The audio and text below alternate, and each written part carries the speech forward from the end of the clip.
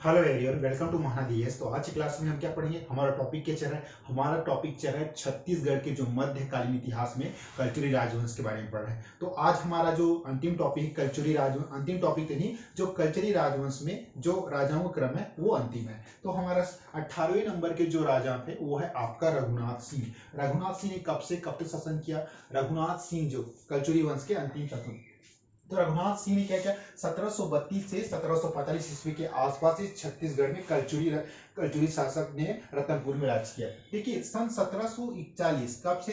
सन 1741 इसमें भोसला शासक कौन थे? भोसला शासक आपका रघुजी प्रथम। रघुजी प्रथम के सेनापति किसने? रघुजी प्रथम के सेनापति कौन थे? भास्कर पंत ने रतनपुर पर आक्रमण किया। ये भास्कर पंत ने छत्तीसगढ़ पर आक्रमण किया, छत्तीसगढ़ के रतनपुर में आक्रमण किया, जिसमें रतनपुर राज्य की सेना किसके बीच युद्ध हुआ? जिसमें रतनपुर राज्य की सेना एवं मराठों की सेना के बीच युद्ध ही नहीं हुआ ना। क्यों युद्ध नहीं हुआ समझाता हूं। क्योंकि रघुनाथ सिंह बूढ़ा हो गया था, क्योंकि रघुनाथ सिंह ने पुत्र वियोग से दुखी होकर, देखो एक कारण ये था कि रघुनाथ सिंह का कोई पुत्र नहीं था, और जो पुत्र नहीं होने का उनके जीवन में काफी दुख था, इस कारण उन्होंने युद्ध नहीं किया। और दूसरा कारण था कि रघुनाथ सिंह काफी बूढ़े भी हो चुके थे। ओके, क्योंकि रघुनाथ ने पुत्र वियोग से दुखी होकर आत्मसमर्पण कर दिया, और कल्चुरी वंश की जो है ना, कल्चुरी वंश सत्ता समाप्त हो गया। अब यहाँ से ना ये कल्चुरियों के अंतिम शासक थे और मराठों के अधीन प्रथम शासक। क्या बताया हूं मैंने आप लोगों को?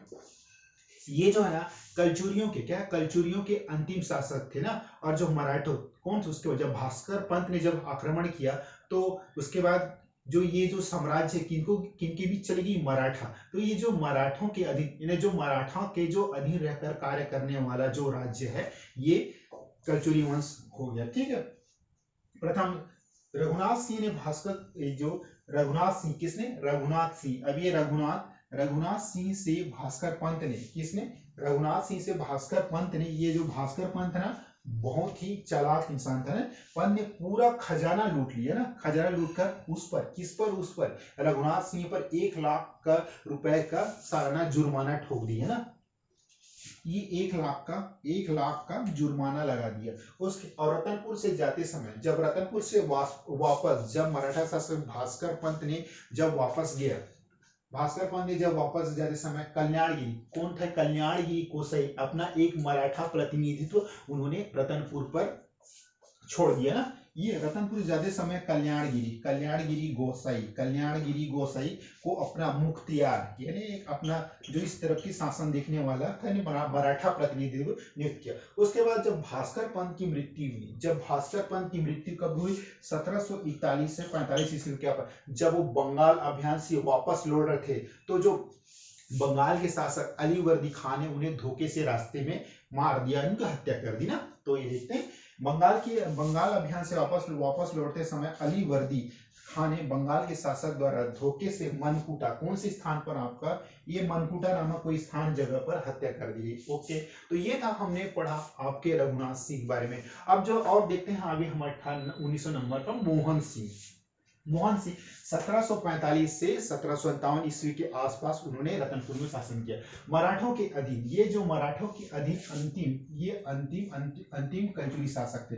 कल्चुरियों की जो समाप्ति का षड्यंत्र ना, इन्हीं मोहन सिंह ने रचा था। और मोहन सिंह ने ही जो मराठा सेनापति भास्कर पंत को रतनपुर में आक्रमण करने के लिए आमंत्रित किया था। ओके, ये तो वही बात होगी कि जो भारतीय इतिहास में जो इब्राहिम लोदी के उसके चाचा किसको इनवाइट करते हैं? आपको बाबर को इनवाइट करते हैं कि आइए इब्राहिम लोदी की सत्ता समाप्त कर यहाँ पर अपना मुगल एम्पायर स्थापित करें। ये वही है षड्यंत्र वाला। तो यह कल्चुरियों की समाप्ति का षड्यंत्र इसने रचा था एवं मराठों के आक्रमण के लिए आमंत्रित किया। ठीक है, रतनपुर में अब जब मोहन सिंह शासक किसने भाई? सन 1741 में भोसला शासक कौन है आपका? रघुजी प्रथम। भोसला शासक कौन है? रघुजी प्रथम के सेनापति। पुत्र वियोग से दुखी होकर उसके सामने आत्मसमर्पण कर दिया, और क्या हुआ, और वो बूढ़े भी हो चुके थे ना, और कलचुरी वंश की सत्ता समाप्त हो गई। ये कलचुरियों के कौन भैया, आपका ये रघुनाथ सिंह ना कलचुरियों के अंतिम शासक थे ना, और मराठा के अधीन अधीन अधीन प्रथम शासक थे। ओके, समझ में आया बात। उसके बाद जो रघुनाथ सिंह से भास्कर पंत ने क्या किया, ये कलचुरी के अंतिम शासक थे और मराठा के अधीन प्रथम शासक थे। उसके बाद है रघुनाथ सिंह ने, जो रघुनाथ सिंह से भास्कर पंत ने रतनपुर राज्य छीना और उस पर 1 लाख जुर्माना भी लगा दिया ना, 1 लाख का जुर्माना लगा दिया, और रतनपुर जाते समय अपना एक प्रतिनिधि छोड़ दिया, जो आपका क्या कहलाता है, कल्याणगिरी गोसाई को उन्होंने छोड़ दिया, ताकि आप देखो भाई, मतलब वो नागपुर से शासन करते थे, मतलब ये कि उन्होंने कहा कि जो भी इससे राज्य से आमदनी होती है वो कौन देखेगा, आपका कल्याणगिरी गोसाई देखेगा। ये एक मराठा प्रतिनिधि जो पूरे राजकार्य को देखते संभालते थे, और जो इनका जो राजा होता था वो नागपुर वहां भोसला वहां बैठा हुआ था। ओके, मुख्तियार मराठा प्रतिनिधि क्या, भास्कर पंत की मृत्यु। अब भास्कर पंत की मृत्यु के बाद 1744 से 45 ईस्वी में जो बंगाल के शासक भास्कर पंत की मृत्यु थी, कैसे होती है, बंगाल अभियान के दौरान ना, बंगाल अभियान के दौरान जो वापस लौटते समय, कौन कौन वापस लौटता है, भास्कर पंत जब वापस लौटते थे, अलीवर्दी खां वहां के शासक ने, अलीवर्दी खान ने बंगाल के शासक थे ना, तो द्वारा धोखे से मनकूटा स्थान पर किसकी हत्या कर दी, आपका भास्कर पंत की हत्या कर दी। अब हम पढ़ते हैं मोहन सिंह ये लास्ट कलचुरी शासक था 1900 नंबर का। 1745 से 57 ईस्वी के आसपास में शासन किया। देखो मराठों के अधीन जो शासक था, अंतिम कलचुरी शासक कौन था, आपका मोहन सिंह था। और जो कलचुरियों जो ना मोहन सिंह बहुत ही सातिर बदमाश टाइप का था, उन्होंने कलचुरियों की समाप्ति का षड्यंत्र भी उन्होंने ही रचा था। अतः उन्होंने क्या इनवाइट किया, आमंत्रित किया मराठों की आओ कलचुरियों पर आक्रमण करो।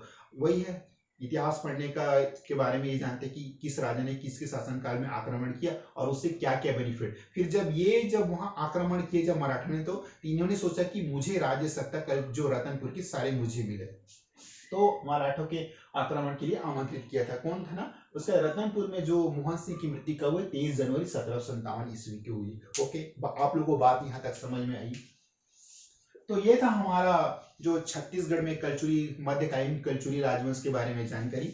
तो आप लोग को ये समझ में आया कि ज्यादा कुछ नहीं है, रघुनाथ सिंह मोहन सिंह बारे एक बहुत ही छोटा टॉपिक है, और मैंने कोशिश की कि आप लोग को बहुत समझ में आए। देखिए, कई लोग का दिमाग होता है नहीं कि अपना हरिराम पटेल बुक पढ़े, तो देख कई बुक से कई संकलन लेने के बाद भी लोग कोचिंग इंस्टीट्यूट वाले लोग अपने अपने जो कोचिंग में कहते हैं, मैं ये नहीं बोलता सभी कोचिंग खराब है या फिर कोई खराब है, नहीं, सभी कोचिंग काफी अच्छे होते हैं। देखिए, मैं जो पढ़ाता हूँ, मैं जो आप लोग के सामने जो बोलता हूँ, आप लोग अपने जो मोबाइल में देते हैं, उसका काफी बेनिफिट आप लोग को होता है। देखिए, एक बार आप बुक को पढ़ लीजिए, उसके बाद रिवाइज के लिए वीडियो को पढ़िए।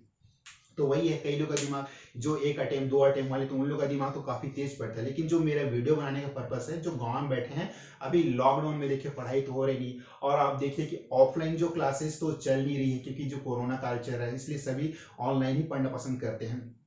तो एक बड़ी अति संयुक्ति कहावत है वो महाराणा प्रताप वाली, कई लोग का दिमाग काफी तेज चलता है, बुक देखती क्वेश्चन देखती से उन लोग को आंसर पता पड़ता है। क्यों? क्योंकि वो लोग 1 बार 2 बार 3 बार 4 बार पढ़ चुके हैं। तो वही है, पड़ी बीच में नदी अपार, घोड़ा उतरे कैसे पार, राणा ने सोचा तब तक था चेतक उस पार। इसका मतलब बहुत ही अति संयुक्ति होता है कि आप जब तक सोचे नहीं हो, आपका दिमाग उस आंसर पे क्लिक करे। वही, पड़ी बीच में नदी पार, घोड़ा उतरे कैसे पार, राणा ने सोचा तब तक था चेतक उस पार। कहाँ था चेतक? चेतक नदी के उस पार था। ओके, आज की क्लास में बस इतनी। Okay, thank you so much.